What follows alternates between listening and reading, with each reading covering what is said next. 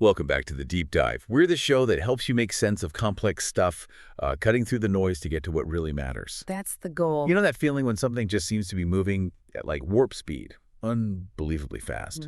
Well, picture a global race for, well, what's becoming maybe the most precious resource on Earth. The stakes are in the billions. And the speed, it's only cranking up. Right. Today, we're diving right into that. We're going to break down what Mooky Tenenbaum, in a really eye-opening chat with Claudio Suchovicki, called the savage competition that's hitting the accelerator on this AI era. A really potent phrase, savage competition. Isn't it? And we're focusing specifically on human capital, talent, as this incredibly scarce and, frankly, unbelievably valuable thing right now. The key resource. Exactly.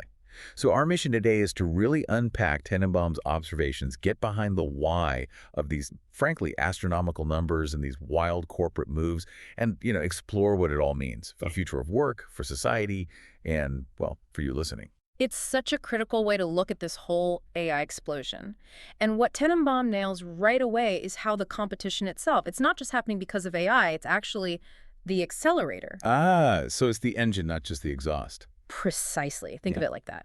It's the engine pushing everything forward, developments, changes, at a speed that is genuinely unprecedented, almost dizzying. Yeah. This isn't just, a fast market moving quick. It's a market where the speed and the sheer intensity of the fight are forcing a whole new reality, squeezing maybe decades of normal development into just months, sometimes weeks. Wow. It really is a totally new kind of race. Okay, all right, let's get into this.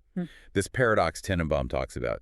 In the AI human resource world, it sounds, well, stark. It is very stark. On one side, he says you've got loads of people, maybe even a global glut, whose skills they've spent years perfecting might just become obsolete really fast. Yeah, think about writers, analysts, coders. Yeah. The list goes on. We're seeing it already. But then, the flip side, this profound, almost desperate scarcity of the very specific people actually driving the AI revolution, designing it, building it. The architects, the core innovators. Right. And Tenenbaum says this scarcity, this massive imbalance, is the direct fuel for that fierce competition he described. Among the big players, the tech titans fighting for dominance. It's a battle for brains, pure and simple, not just for market share anymore. And the value placed on these brains, it's just hard to wrap your head around. It absolutely is. I mean, what really hammers this home, what's genuinely mind-blowing, is the example Tenenbaum gives. It almost sounds made up. Okay, hit me with it. Meta, right? Yeah. Huge company, endless resources. They offered an engineer, someone who used to be at OpenAI, they offered him $1.6 billion. Billion, with a B. Billion, $1,600 million, spread over 4 years.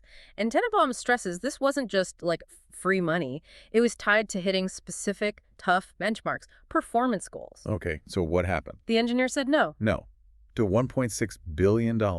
Declined it. Just think about that for a second. Turning down that kind of money, what does that even tell you? I mean, I honestly don't know what to say to that. For $1.6 billion, I'd learn neurosurgery overnight if they asked. It's just unreal. Sounds like sci-fi, not a job offer. It really does. And Tenenbaum's take on why someone would refuse is fascinating. He asks, look, if a company like Meta puts $1.6 billion on the table for one person, what's their expected return? Gotta be huge. He figures they must believe, genuinely believe, this one individual can generate at least 100 times that amount. 100 times. So, $160 billion from one engineer. That's the implication. That's the projected return they're banking on. So this isn't just, paying a high salary. It's a massive strategic bet. They think they're buying a future of almost unbelievable revenue, trying to secure a lead that nobody else can ever catch. Because in this race, second place might as well be last place. Which leads straight to the obvious question, right? If these people are that valuable, that critical, why don't we just train more of them? Can't we just, ramp up education, create programs, build a pipeline for these enlightened ones, as Tenenbaum calls them? It seems logical, doesn't it? Yeah. But Tenenbaum's answer is pretty blunt. He says, probably not, or even certainly not now. Really? Why not? Because the race is happening now, right this second. This isn't some long-term game where you can invest in education and wait 10, 15 years for results. The speed thing again. Exactly. He makes it crystal clear. A delay of even just a couple of years in developing this top-tier talent, you're out, game over, irrelevant. Wow. That's brutal. He uses this really powerful analogy. He says for companies that fall behind, the train not only left, there's no step to get on. No way back in. None. He points to Apple, suggesting they fell behind by maybe just months, maybe a year in some key AI areas.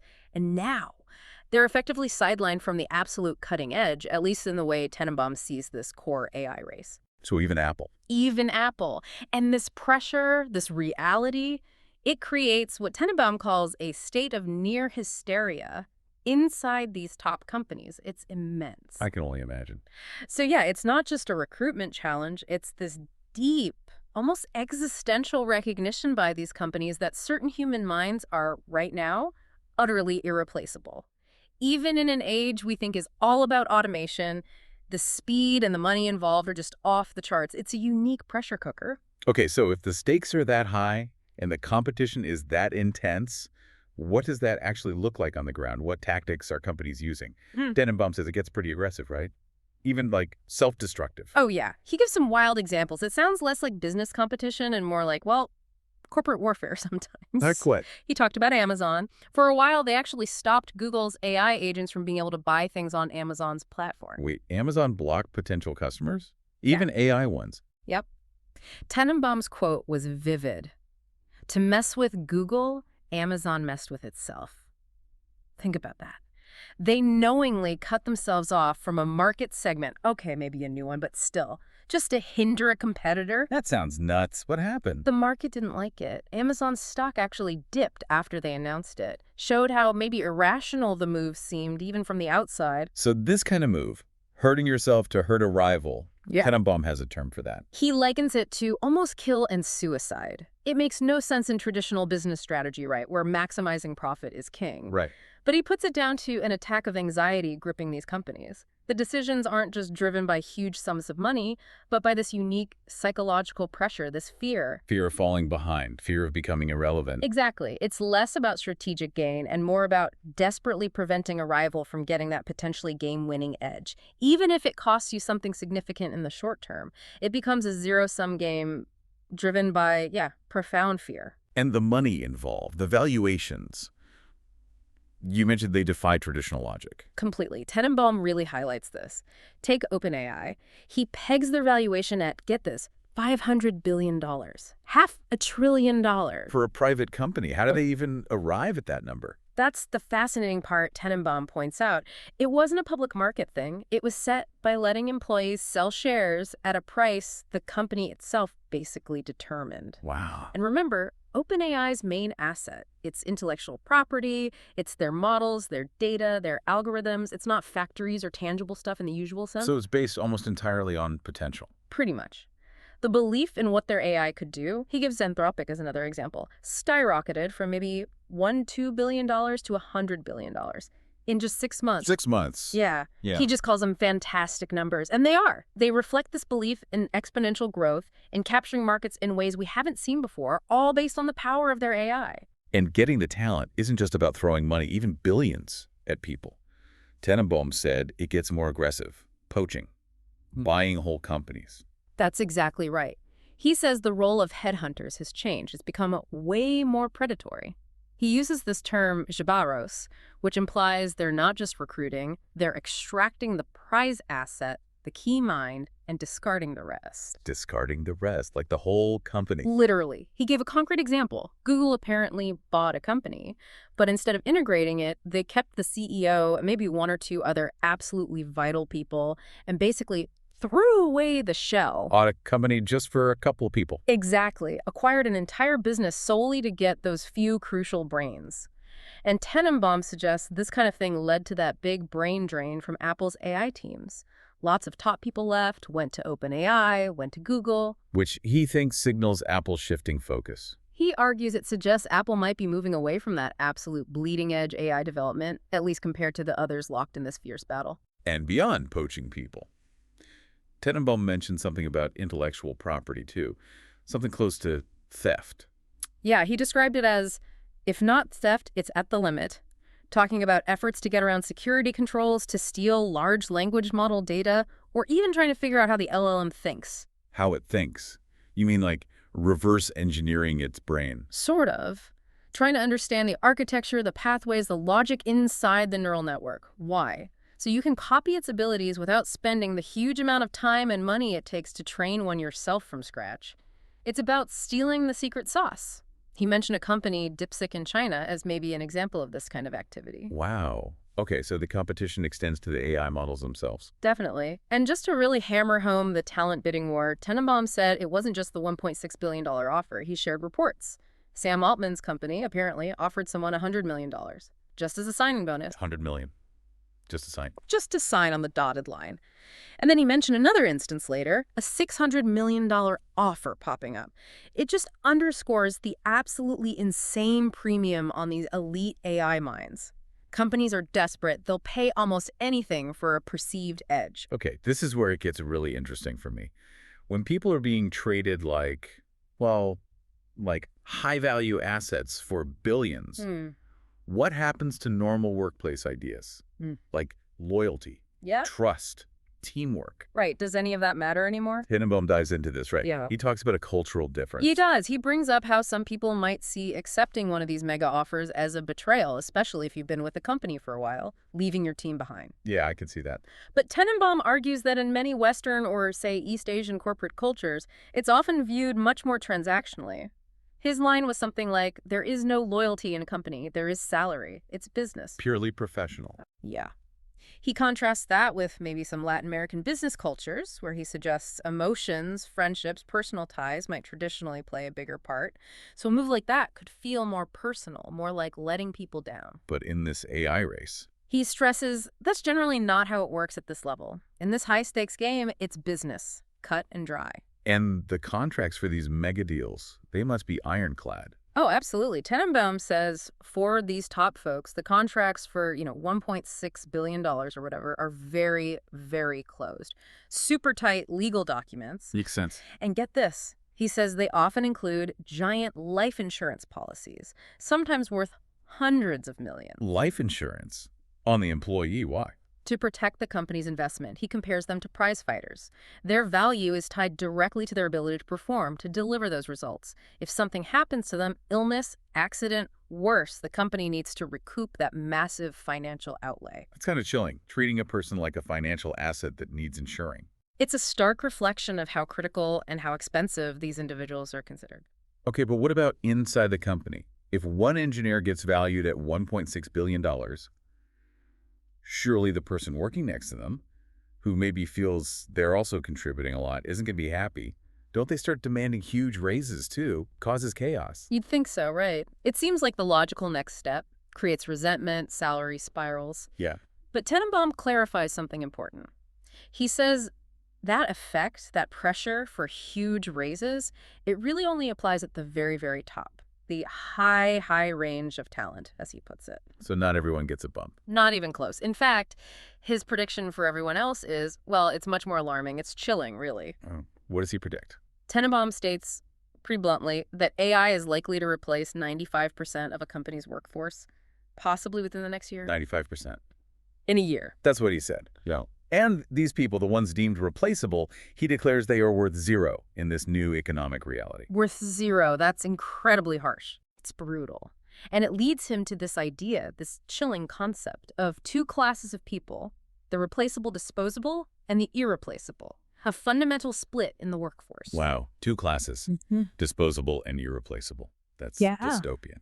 Does he give any, real-world examples of this replacement happening so fast? He does. And it hits close to home for highly skilled professions we usually think of as safe. He talks about a 100% robot surgeon, already operating. A robot doing the whole surgery by itself. Apparently, performing the entire operation independently, no human surgeon intervening during the procedure itself. And his conclusion from this, almost all surgeons can say goodbye to their profession. All surgeons. That seems Extreme. He qualifies it slightly. Maybe highly specialized microsurgeons have a bit more time doing super intricate stuff. But even they, he predicts, will eventually be replaced by AI and robotics. Okay. And then, here's the kicker. He turns that prediction back onto the very people we're talking about, those supposedly irreplaceable, multi-billion-dollar engineers. Oh, no. What does he say about them? He estimates the time until even that $1.6 billion engineer is replaced, his guess. A couple of years, 3 or 4 years. So even the geniuses building this stuff are on a timer. Seems so. And the really poignant, almost ironic twist.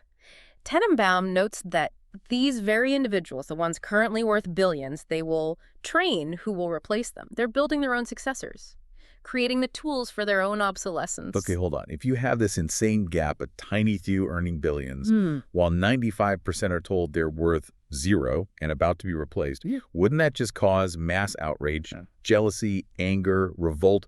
Why wouldn't the 95% just walk out or demand change? It seems like a powder keg, doesn't it? Totally. But Tenenbaum has a different take. He argues that, yes, some personal envy might exist, but when the overall atmosphere, the dominant reality in companies, becomes one where, as he puts it, all work done sitting down has disappeared, meaning AI can do most cognitive office-based tasks. Okay.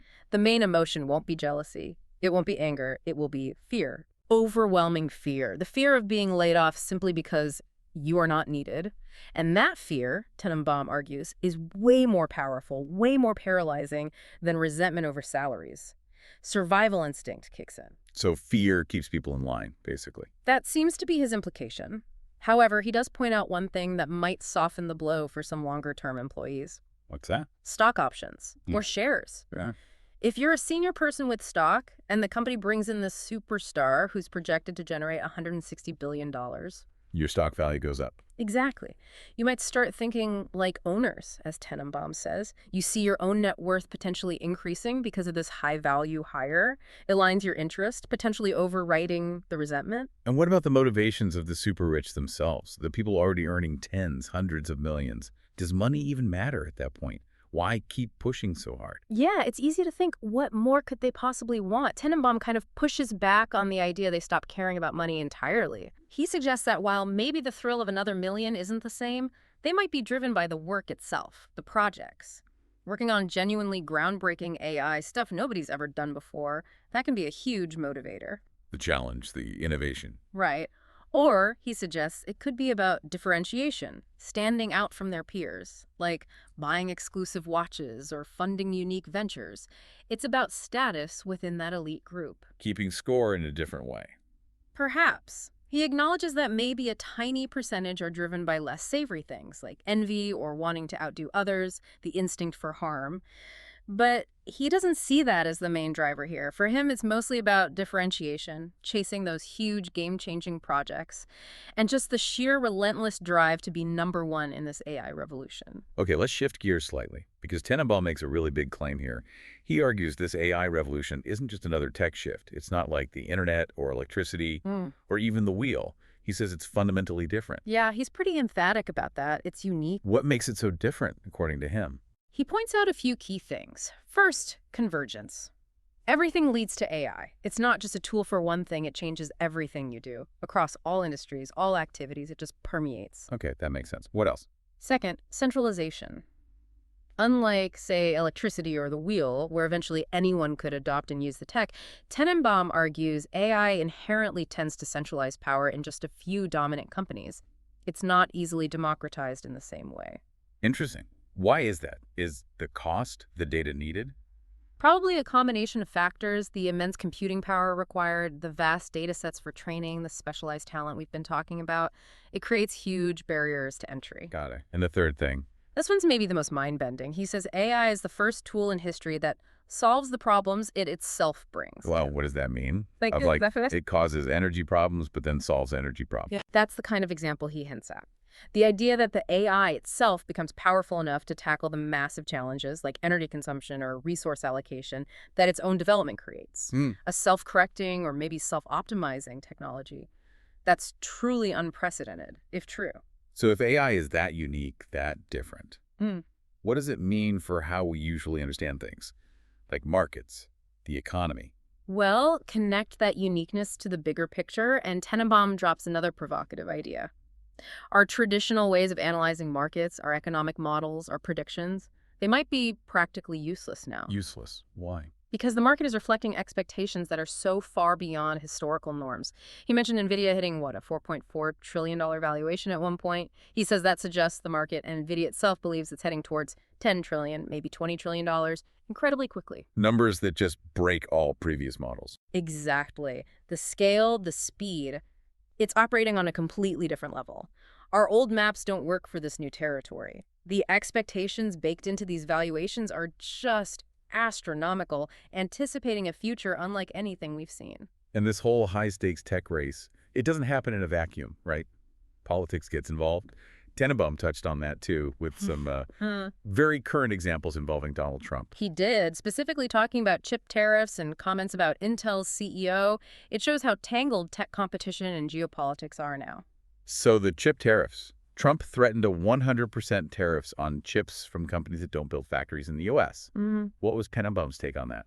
He called it a stroke of genius. Genius. Yeah. Really? It sounds like it would just make everything more expensive. Well, here's Tenenbaum's analysis. The genius wasn't the tariff itself, but who Trump excluded. He specifically exempted the giants TSMC from Taiwan, Samsung and SK Hynix from Korea, Micron from the U.S. Basically, the companies making almost all the advanced chips the world relies on. Ah, so who was targeted then? A couple of much smaller players, Japanese and Taiwanese firms, whose total chip exports to the U.S. were tiny, like $7 million tiny. Okay, so it wasn't really about hitting the main supply chain. Exactly, says Tenenbaum. It wasn't about raising revenue or causing massive disruption, which hitting the big guys would have done, hurting U.S. companies badly. Instead, it was a strategic political signal, a threat designed to pressure everyone to build factories in the U.S., but without imposing the actual damaging cost of tariffs on the essential chip America needs. It was leverage, a negotiation tactic that cost almost nothing but sent a powerful message about onshoring manufacturing. Clever. Okay. And what about Trump calling for Intel's CEO to be removed?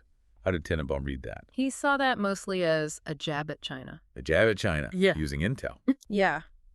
Tenenbaum suggests Trump was using Intel's well-known recent struggles, falling behind TSMC and Samsung in cutting-edge chip making as an opportunity. A chance to, as Tenenbaum put it, kick a dead body. It wasn't really about fixing Intel, but about using an American company's difficulties to score points, to send a political message aimed squarely at China, highlighting U.S. resolve in the tech competition. It shows how domestic corporate issues can become geopolitical footballs. So as we wrap this up, Tenenbaum leaves us with this really powerful, maybe unsettling thought. It's not just what AI will do. The biggest unknown, the biggest deal is the sheer speed, the acceleration of it all. Yeah, he calls it acceleration of acceleration. The rate of change is itself speeding up. Which is almost impossible to grasp. It really is. And connecting that to the bigger picture, Tenenbaum predicts that workforce changes, societal shifts, they're going to happen very quickly, much faster than we're ready for. And we're not ready. People, governments. He's pretty clear. Currently unprepared. He foresees potentially a significant social crisis, but maybe not a crisis of poverty like we usually think of it, more a crisis of disorientation. Disorientation. It's like being dropped in the middle of an unknown. Everything changes so fast, the old rules don't apply, people feel lost, adrift, no map, no compass for this new world. Wow. And all these huge numbers, these aggressive tactics, these billion-dollar offers we've talked about today, Tenenbaum suggests they're just the echoes of this underlying insane acceleration. We're not just seeing change. We're seeing change happen at a speed that breaks our understanding. So the final thought for everyone listening is really this. How do you prepare? How do we prepare as individuals, as societies, for a future that's literally accelerating faster than we seem equipped to measure? That's the question Tenenbaum leaves us with. And it demands attention now. Oh.